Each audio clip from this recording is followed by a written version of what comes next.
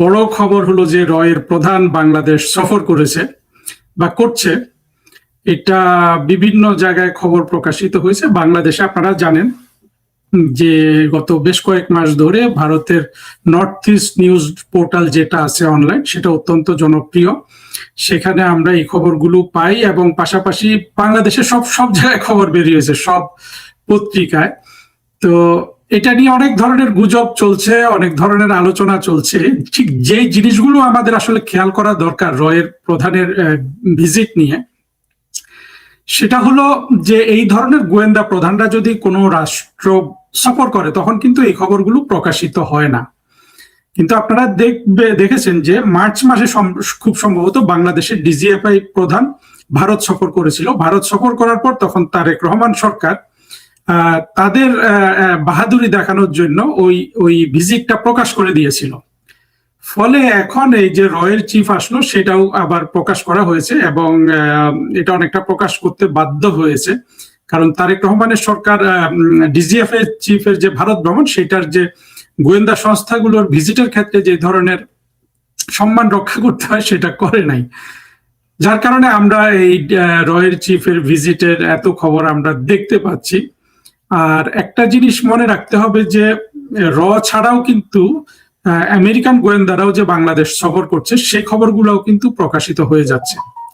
সাধারণত কোনো দেশে যদি গোয়েন্দারা আসেন এবং সেটা যদি প্রকাশিত হয়, তাহলে বুঝতে হয় যে সেই দেশ একটা দুর্বল দেশ, কারণ সেই দেশ সেই খবরটা গোপন রাখতে পারেনি। এটা কিন্তু আবার জাহেদ খুব বুঝে ফেলেছে। প্রধানমন্ত্রীর যে উপদেষ্টা জাহেদ, যে আগে ভারত বিদ্বেষ ছড়াতো, শেখ হাসিনাকে গালিগালাজ করতো, অত্যন্ত বুদ্ধিমান একটা ছেলে। হ্যাঁ, এই যে একজন লিখেছেন কষা জাহিদ, এই কষা জাহিদ, কষা কথাটা বলছিলাম যে ইউটিউবে খারাপ শব্দগুলো বলবো না, যাই হোক, এই জাহিদুর রহমান সেটা আবার সে এক লাইনে বলেছে যে আসলে আমাদের তো সম্পর্ক রাখতে হবে, এই জন্য এসছে। এইটা নিয়ে একটু টোন ডাউন করেছে, কিন্তু অলরেডি সব খবরে বের হয়েছে যে র চিফ তারেক রহমান সাহেবের যে নিরাপত্তা উপদেষ্টা তার সাথে দেখা করেছেন এবং স্বরাষ্ট্রমন্ত্রী সালাউদ্দিন আহমেদ সাহেবের সাথেও দেখা করেছেন।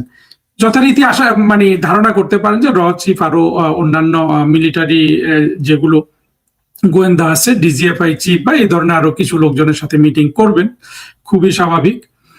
আর যেটা এখানে সবচেয়ে প্রণিধানযোগ্য, যেটা নর্থ ইস্ট নিউজ লিখেছে, বাংলাদেশের নিউজগুলোতে আমি দেখলাম না, সেটা হলো যে রয়ের চিফের সাথে আইআরআই এর একজন কর্মকর্তা বাংলাদেশ সফর করছে নাকি। আর আইআরআই হলো একটা আমেরিকান এনজিও, যেটা অতীতে শেখ হাসিনা সরকারের সাথেও এক ধরনের সহযোগিতামূলক আচরণ করেছিল। কিন্তু মূলত এই আমেরিকান এনজিও গুলো আমরা দেখেছি যে 2024-এর জঙ্গি উত্থানে সরাসরি শেখ হাসিনা সরকারের বিরুদ্ধে কাজ করেছে এবং আমেরিকান এনজিও বা আমেরিকান টাকা নিয়ে বাংলাদেশে যারা এনজিও চালায়, তৃতীয় মাত্রার জিল্লুর, ট্রান্সপারেন্সি ইন্টারন্যাশনালের ইফতেখারুজ্জামান, আবার আরেকজন আছে যে ওই যে সুজনের বদিউল আলম মজুমদার, এই লোকগুলো সবসময় কিন্তু আমেরিকান নির্দেশেই চলে।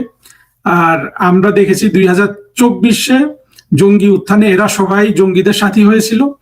আর আইআরআই এর কর্মকর্তা যখন রয়ের সাথে বাংলাদেশ ভিজিট করে, এটা কিন্তু স্পষ্ট হয়ে যায় যে বাংলাদেশে যে এনজিও গুলো আছে এগুলোর উপর ভারতীয় গোয়েন্দা সংস্থা রয়েরও কিন্তু এক ধরনের কর্তৃত্ব আছে, যোগাযোগ আছে। তারা এদের সাথে একটা সহযোগিতামূলক ব্যবস্থা রাখে যে সেইটা কিন্তু এখানে বোঝা যায়। এইখান থেকে অনেকে যে জিনিসটা আমরা কিছু কিছু জায়গায় শুনি যে বাংলাদেশের জঙ্গি উত্থানকালে ভারত সরকার এক ধরনের নিরপেক্ষ ভূমিকা পালন করেছে, কিংবা জঙ্গিদের তথ্য বাংলাদেশ সরকারকে যথেষ্ট পরিমাণে সরবরাহ করেনি, এই জিনিসগুলো কিন্তু আমরা শুনি। সেটা কিন্তু এখন কিছুটা পেছনের দিকে তাকিয়ে আমার কাছে সত্য মনে হয় এই জন্য যে না হলে আইআরআই যেটা আমেরিকান এনজিও, যারা বা বলা যায় যে বাংলাদেশের এনজিও গুলোকে যারা পালে বা টাকা পয়সা দেয়, সেই ধরনের মানুষ কেন রয়ের প্রধানের সাথে বাংলাদেশ সফর করবে। যা হোক, রয়ের প্রধান পরাগ জৈনের খবর প্রকাশ্যে আসার পেছনে মূলত আসলে আমি যেটা বুঝি যে তারেক রহমান সরকার যে ডিজিএফআই চিফের ভারত সফর প্রকাশ করে দিয়েছিল, তার একটা আপনার প্রতিক্রিয়া হিসাবে দেখতে পারেন। আর একটা জিনিস যেটা লক্ষ্য করার দরকার, যেগুলো আসলে আমাদের যারা বিশ্লেষণ করে তারা জিনিসগুলোকে গুজবটাই বেশি বিশ্লেষণ করে, কিন্তু সত্য জিনিসগুলা মানে খোঁজারও চেষ্টা করে না। তারা আসলে সেটুকু বোঝার মতো সক্ষমতাও কি সবার কি আছে। এখানে যে জিনিসটা দেখবেন যে আমরা আরেকটা জিনিস বুঝি, তার আগে এই জিনিসটা একটু লক্ষ্য করুন যে দীনেশ ত্রিবেদী সাহেব কিন্তু একটা বৈঠক করেই কিন্তু তিনি যদি বাংলাদেশে কারোর সাথে বৈঠক করেন তারপর তিনি দিল্লি যান বা ভারত যান। এইটাকে শাটল ডিপ্লোমেসি বলে। ভারতে নিযুক্ত হাই কমিশনার, বাংলাদেশে নিযুক্ত ভারতের হাই কমিশনার ঠিক শাটল ডিপ্লোমেসি করছেন, যেটা নিশ্চিতভাবে তারেক রহমান সরকারের উপর একটা আপনার স্নায়ুর চাপ আর কি, যে উনি একটা বৈঠক করেই সশরীরে ভারতে গিয়ে তার কর্তৃপক্ষের সাথে কথা বলেন। আর দীনেশ ত্রিবেদী যখন দিল্লিতে যান তিনি তো নিশ্চিতভাবে প্রধানমন্ত্রী নরেন্দ্র মোদীর সাথেই কথা বলেন। তো এইটা একটা অত্যন্ত গুরুত্বপূর্ণ জিনিস। গতকালকের যে বৈঠক হলো তারপরেও তিনি গেলেন। আর রয়ের চিফ নিয়ে যে জিনিসটা আমি বুঝতে পারলাম, সেটা একটা জিনিস আমার কাছে মনে হচ্ছে যে ভারত সরকারের মধ্যে বাংলাদেশের আওয়ামী লীগ বিএনপি বা মুক্তিযুদ্ধের পক্ষের বিপক্ষ বা জুলাই জঙ্গি উত্থানের পক্ষ বিপক্ষ, এটা নিয়ে ঠিক এই মোদী অ্যাডমিনিস্ট্রেশনের ভিতরে দুটো পক্ষ থাকার সুযোগ আছে। একটা পক্ষ জঙ্গি উত্থানের প্রতি অনেক বেশি সহানুভূতিশীল, আরেকটা পক্ষ সম্ভবত জঙ্গি উত্থানের প্রতি নিরপেক্ষ ছিল। সহানুভূতিশীল অংশটা সম্ভবত যারা তারেক রহমানকে অত্যন্ত কদর করেছে, এর আগে আমরা দেখেছি কারা কদর করেছে। তারেক রহমান সাহেবকে অনেক ধরনের চিঠিপত্র লিখেছে, যে চিঠিপত্র বাস্তবতা ছিল না আসলে, মানে এমন অবাস্তব, ইনগ্রেশিয়েটিং বা প্রশংসা সূচক, যে প্রশংসার কোনো ভিত্তি নাই সেই প্রশংসা উল্লেখ করা। এগুলো থেকে বোঝা যায় যে একটা পক্ষ তারেক রহমানকে ভেবেছিল যে এই ধরনের সুনাম দিয়ে বা কি বলে সহযোগিতার হাত বাড়িয়ে তারেক রহমান 2001 থেকে 6 সালে ভারত সরকারের জন্য যে ধরনের সিকিউরিটি থ্রেট তৈরি করেছিল, সেটা হয়তো তারেক রহমানকে এই ধরনের খাতির যত্ন করলে, সম্মান করলে তারেক রহমান করবেন না। যাই হোক, তারেক রহমান সেটা হয়তো করার সাহস পাবে না, সেটা আসলে বাংলাদেশের কোনো সরকারই করে না। তারেক রহমানের 2001 থেকে 6 সরকারটা অত্যন্ত রেকলেস হয়ে গিয়েছিল, যেটার নেতৃত্ব আসলে তারেক রহমান দিচ্ছিলেন। মূলত সেই সরকারে মৌলবাদী জামাতের প্রভাব ছিল। রেকলেস মানে তো বুঝছেন, হঠকারী, বেশি রিস্ক নিয়ে তারা আসলে ওই অস্ত্র চোরাচালানে জড়িত হয়ে গিয়েছিল। উলফাকে অস্ত্র চোরাচালান করিয়ে দেয়া, যেটা আপনারা জানেন 10 ট্রাক অস্ত্র চোরাচালান হিসাবে পুরো পৃথিবীতে খ্যাতি লাভ করেছে। সেইটা এখন করবে তা না, কিন্তু তারেক রহমান সাহেবকে যারা এত খাতির করলো ভারত কর্তৃপক্ষের যে অংশটা, সেই অংশটাকে তারেক রহমান কিন্তু বারবার কোল্ড শোল্ডার, তিনি কিন্তু খুবই কঠোরতা দেখাচ্ছেন। ফলে ভারতীয় কর্তৃপক্ষগুলো যারা দুই ভাগে বিভক্ত ছিল বলে আপাতভাবে আমাদের কাছে মনে হয় 2024-এর জঙ্গি উত্থানে, তাদের মধ্যে একটা অভ্যন্তরীণ ডাইনামিক্স চেঞ্জ বা তাদের প্রভাব কারো বাড়বে। বিশেষ করে যে অংশটা বেশি উৎফুল্ল ছিল, তাদের প্রভাব ভারতীয় সরকার, জনগণ এবং মিডিয়ার চোখে কমার কথা। কারণ আমরা ঐতিহাসিকভাবে জানি বাংলাদেশ হলো দুটা বাংলাদেশ। একটা হলো জঙ্গিবাদী বাংলাদেশ, যেটা 1971 সালে পরাজিত শক্তি। এই জঙ্গিবাদী বাংলাদেশ কিন্তু চায় যে ভারত ধ্বংস হয়ে যাক, ভারতকে ভাগ করে ফেলুক তারা, ভারতে গিয়ে গাজওয়াতুল হিন্দ করুক এরা। এই অংশটার সাথে কিন্তু আমরা দেখেছি যে 2025-26 সালে তারেক রহমানকে অনেক খাতির করার মাধ্যমে ভারত সরকারের একটা অংশ জঙ্গিবাদী অংশটাকে এক ধরনের প্রমোট করেছে। আমার মাথায় ঢোকে না কিভাবে সেটা ভারতের স্বার্থ রক্ষা করে, কিন্তু আমরা বারবার দেখিয়েছি বিভিন্নভাবে যুক্তি দিয়ে, তথ্য দিয়ে, যে বাংলাদেশে আসলে বাংলাদেশের সাথে ভারতের উন্নয়নমূলক, সম্প্রীতিমূলক সম্পর্ক হতে পারে একমাত্র বাংলাদেশের মুক্তিযুদ্ধের পক্ষের শক্তি এবং ভারত কর্তৃপক্ষ। ভারতে তো আর কোনো সেই দেশের মুক্তিযুদ্ধের পক্ষের শক্তি বিপক্ষের শক্তি নাই। কিন্তু ভারতীয় সরকারগুলো, বিশেষ করে বিজেপির সময় এই ভুলটা তারা বারবার করে, বিজেপির সময় তারা 1999, 2000, 2001 সালে করেছিল, যার কারণে তারেক রহমান এবং বিএনপিকে ভারতীয় জনতা পার্টি তখন অনেক ধরনের সহযোগিতা করেছিল। তখন অবশ্য ভারত রাষ্ট্র হিসাবেও চেয়েছিল যে বিএনপি ক্ষমতায় আসুক। এর কারণ ছিল প্রধানমন্ত্রী শেখ হাসিনা, তিনি যখন 96-এ ক্ষমতা আসেন, তিনি ভারতে গ্যাস রপ্তানির ক্ষেত্রে আমেরিকানদের চাপ উপেক্ষা করছিলেন। কেন? শেখ হাসিনা বলেছিলেন যে গ্যাস আমি রপ্তানি করতে পারি, প্রথমে আমাকে নিশ্চিত হতে হবে যে আমার দেশের জন্য কমপক্ষে 50 বছরের গ্যাস মজুদ আছে। দেখেন শেখ হাসিনার মানে দেশপ্রেমটা এখানে খেয়াল করার বিষয়। কিন্তু বিএনপি সব শর্ত মেনে নিয়েছিল। এই ব্যাপারে প্রধানমন্ত্রী শেখ হাসিনাই বলেছিলেন যে এই কথাগুলো হয়েছিল ঠিক বিল ক্লিন্টনের সামনে। বিল ক্লিন্টন যখন বাংলাদেশে এসেছিলেন, সেইখানে কিন্তু খালেদা জিয়াও, সেখানে যে ব্যানকোয়েট হয়েছিল, সেই মানে অফিসিয়াল ভোজ, সেখানে খালেদা জিয়াও ছিলেন, শেখ হাসিনা ছিলেন, বিল ক্লিন্টন ছিলেন। সেখানে অ্যাকচুয়ালি সিদ্ধান্ত হয়ে গিয়েছিল যে শেখ হাসিনা সরকারকে 2001 সালে আর ক্ষমতায় আসতে দেয়া হবে না। কারণ ছিল ভারতে গ্যাস রপ্তানিতে খালেদা জিয়া ইনস্ট্যান্টলি রাজি হয়ে গিয়েছিলেন, আর শেখ হাসিনার শর্ত ছিল যে তিনি রাজি আছেন, বাট তাকে নিশ্চিত হতে হবে যে তার দেশের জন্য 50 বছরের গ্যাস মজুদ আছে। ফলে সেই সময় শেখ হাসিনা কিন্তু ভারতীয় কর্তৃপক্ষের বিরাগ ভাজন হয়েছিলেন। আর পরবর্তীতে দেখা গেছে যে তারেক রহমানের সরকার আসার পরে, যেখানে শেখ হাসিনা দেশপ্রেমের পরিচয় দিয়েছেন, তারেক রহমান ভারতের জন্য সিকিউরিটি সমস্যা তৈরি করতেছেন। তো এই এক্সপিরিয়েন্সটা বিজেপির কর্তৃপক্ষ বা বিজেপি সরকার 2024-এ কাজে লাগিয়েছে বলে আমাদের মনে হয় না। এখন এর জন্য হয়তো শেখ হাসিনা বেশি দর কষাকষি করেন ভারতীয় সরকারগুলোর সাথে।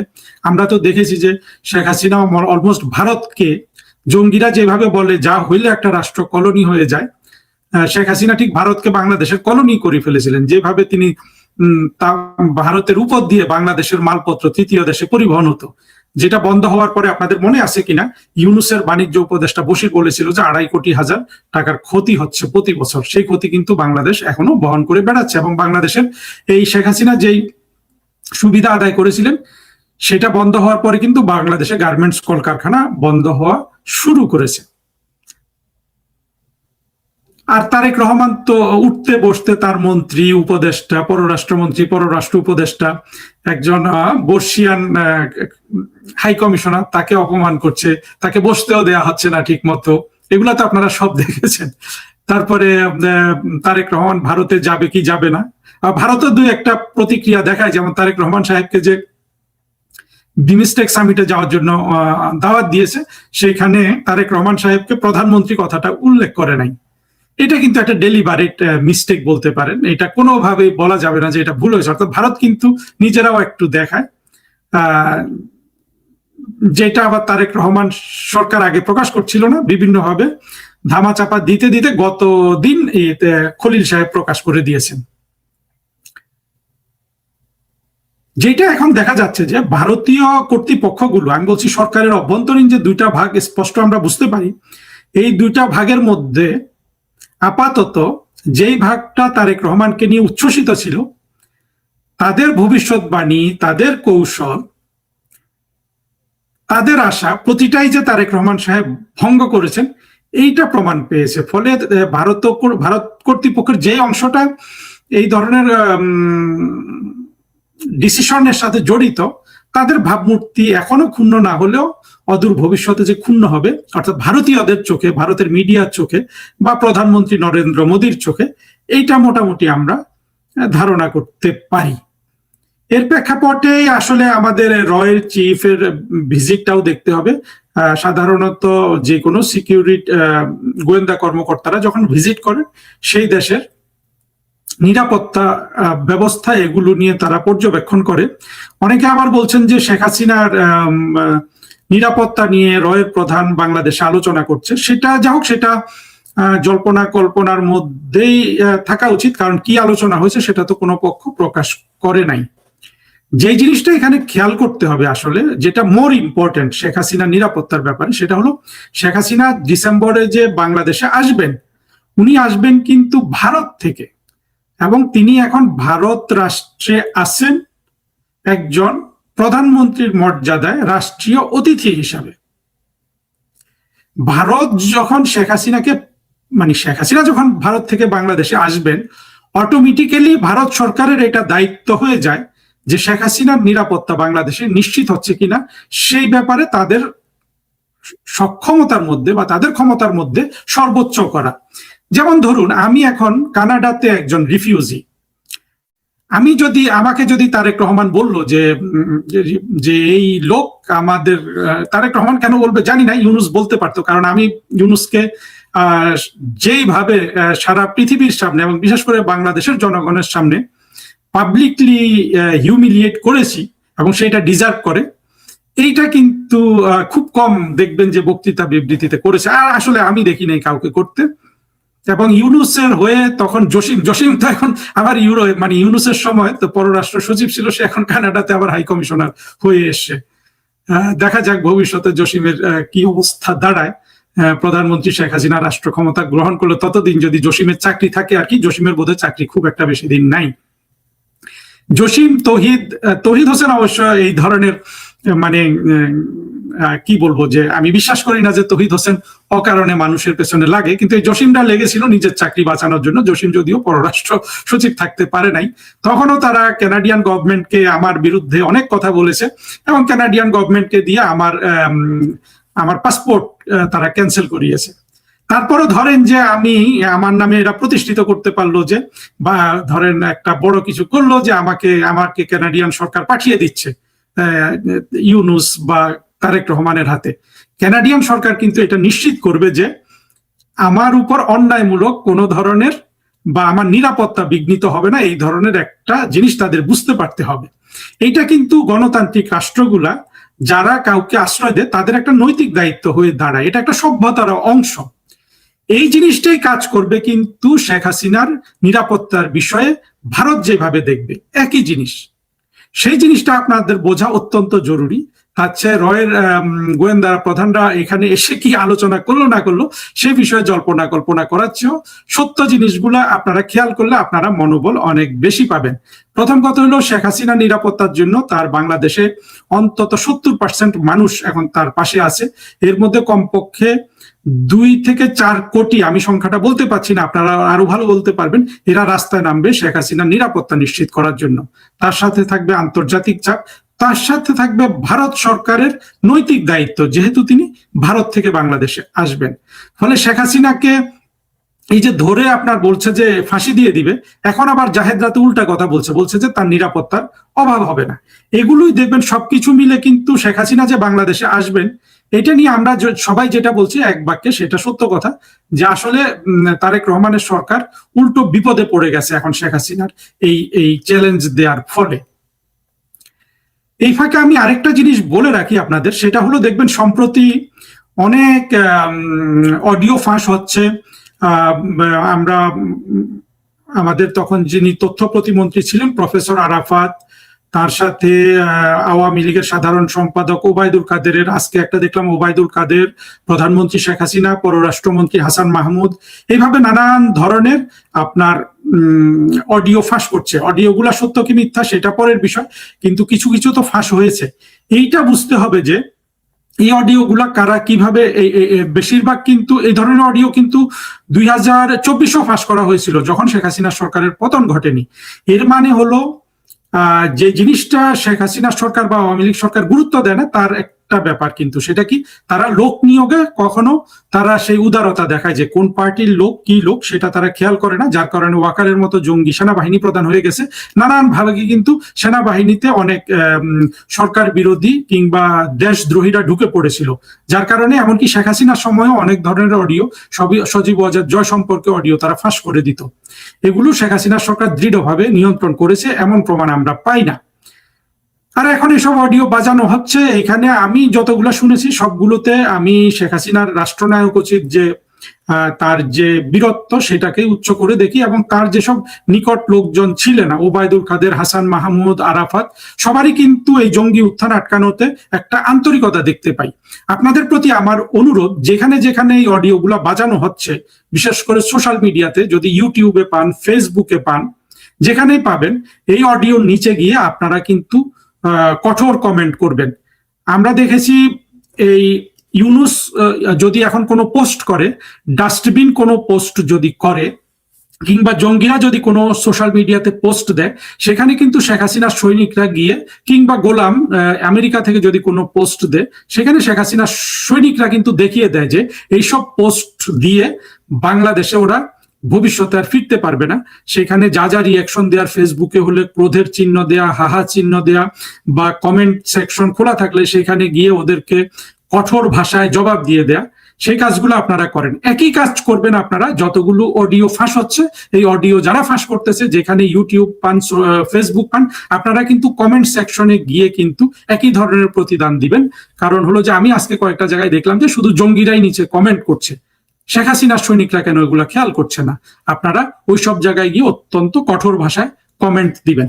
আমি একটু দুর্বল আছি কয়েকদিন ধরে, আজকের লাইভটা এখানে শেষ করছি। তবে আমার ধারণা পরাগ জৈনের বাংলাদেশ সফর, দীনেশ ত্রিবেদীর শাটল ডিপ্লোমেসি, তারপরে তারেক রহমান সরকারের সাথে ভারতের সম্পর্কের যে ক্রমবর্ধমান জটিলতা, এবং প্রধানমন্ত্রী শেখ হাসিনা সহ আওয়ামী লীগের নেতাদের যে অডিও ফাঁস করছে, এই কয়েকটা বিষয় আমার মতামত আপনাদের কাছে তুলে ধরতে সক্ষম হয়েছি। বন্ধুরা, সব সময় সাথে থাকবেন। রাত 9টায় আমি এই লাইভটা প্রতিদিন করব। সেখানে আমাদের উদ্দেশ্য হলো যে প্রতিটা ঘটনার সঠিক বিশ্লেষণটা আপনাদের কাছে পৌঁছানো, গুজববিহীন বিশ্লেষণ, এবং আমি যদি কোনো ভবিষ্যৎবাণী করি সেটা যুক্তি নির্ভর করব, এটা আপনাদের নিশ্চিত হতে হবে। আপনারা নিশ্চিতভাবে বুঝতে পেরেছেন, কারণ গুজব নিয়ে আমার এই ইউটিউব চ্যানেলকে আমি স্বল্প মেয়াদে তুলতে চাই না, দীর্ঘমেয়াদে আপনাদের সাথে থাকতে চাই। এবং আমাদের চূড়ান্ত উদ্দেশ্য কিন্তু বঙ্গবন্ধু কন্যা জননেত্রী শেখ হাসিনাকে বাংলাদেশের ক্ষমতায় অধিষ্ঠিত করা। কারণ হলো এছাড়া বাংলাদেশের বাঁচার, বাংলাদেশের অর্থনৈতিক ভবিষ্যৎ, সামাজিক ভবিষ্যৎ, কিংবা কূটনীতির ক্ষেত্রে কোনো জায়গায় কিন্তু আর কোনো ভবিষ্যৎ নেই। একমাত্র আশার আলো, একমাত্র নির্ভরতা হলো বঙ্গবন্ধু কন্যা জননেত্রী শেখ হাসিনা। দেখি দু একটা কমেন্ট পড়ি এখন। একজন বলেছেন, সত্য সঠিক বিশ্লেষণের জন্য ধন্যবাদ, জয় বাংলা, জয় বঙ্গবন্ধু। জি, ধন্যবাদ আপনার সাথে থাকার জন্য। আমি নিজে এটাই করব, যাতে যারা আমার এই অনুষ্ঠানগুলো শুনেন তারা অন্তত সঠিকভাবে চিন্তাটা করতে পারেন। আমাদের পতনের একটা কারণ ছিল যে আমরা সঠিকভাবে চিন্তা শিখিনি, যার কারণে ফরহাদ মজহার, সলিমুল্লাহর মতো আধা উন্মাদ, আধা জঙ্গিগুলো বাংলাদেশকে, আপনার তরুণ সমাজকে বিভ্রান্ত করে ৭১-এর পরাজিত শক্তির সাথে মিলে বাংলাদেশকে ধ্বংস করে দিতে সক্ষম হয়েছিল। একে নিয়ে এখন কথা বলবো না, কারণ অনেক বলেছি, ভবিষ্যতে বলবো। আপনারা এর ফেসবুক পোস্টগুলো ফলো করলেও আপনারা শুধু কত ধরনের অযৌক্তিক কথাবার্তা বলে সেটা খেয়াল করবেন। প্রধান বাংলাদেশ থেকে সক্রিয় সহায়তা না পেলে সীমান্তের জঙ্গি গোষ্ঠীর ঘাঁটি উচ্ছেদে নতুন পরিকল্পনা নিতে পারে বলে কি আপনি কি মনে করছেন?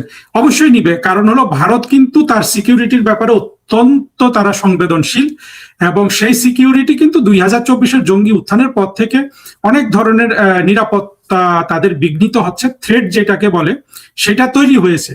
ফলে এইটা নিয়ে আসলে ভবিষ্যতে ভারত কি করবে, আমি চাই না ভারত এমন কিছু বাংলাদেশের মাটিতে করুক।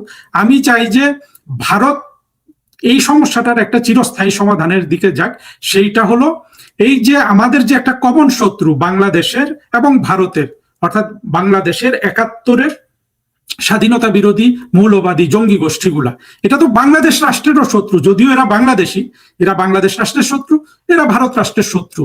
এই শত্রুকে মোকাবেলার করার ক্ষেত্রে আমরা ভারতের সহযোগিতা চাই, কিন্তু ভারত যদি সেটা না বুঝে তাদের সাথে সহযোগিতা করে, সেটা তো ভারতের জন্য ক্ষতিকর, যেটা আমরা 2024-এর জঙ্গি উত্থানের পর থেকে ক্রমাগতভাবে দেখে যাচ্ছি। একজন লিখেছেন, ভারত শেখ হাসিনার শেষ সময়গুলোতে অসহযোগিতা করেছে, যার প্রধান উদ্দেশ্য শেখ হাসিনার সরকারকে চাপে রাখা, কিন্তু অন্ধকারের দানব যখন সামনে চলে আসে তখন ভারত কিংবা আমেরিকা উভয় সত্যিকার সংকটটি বুঝতে শুরু করে। ধন্যবাদ আপনাকে, আমি মনে করি এটা অত্যন্ত গুরুত্বপূর্ণ একটা কমেন্ট, ভালো বলেছেন। জি, আমি সবসময় চেষ্টা করি অন্তত সঠিক কথাগুলো বলার জন্য। আপনাদের ধন্যবাদ। ওয়াহিদ রহমান লিখেছেন, we are proud of you ভাই, প্লিজ গো হেড উইথ মানে প্রো PM শেখ হাসিনা। বস্তুনিষ্ঠ তথ্যবহুল আলোচনা। ধন্যবাদ আপনাদের। অনেকে কমেন্ট করেছেন অনেক বেশি, অন্তত আরেকটু বেশি যদি প্রতিদিন আমার এই এখন মাত্র খুব বেশি দেখছি না, যা দেখছি আমি অন্তত 2000 শ্রোতা চাই আমার এই লাইভ অনুষ্ঠানে, যাতে উৎসাহিত হই।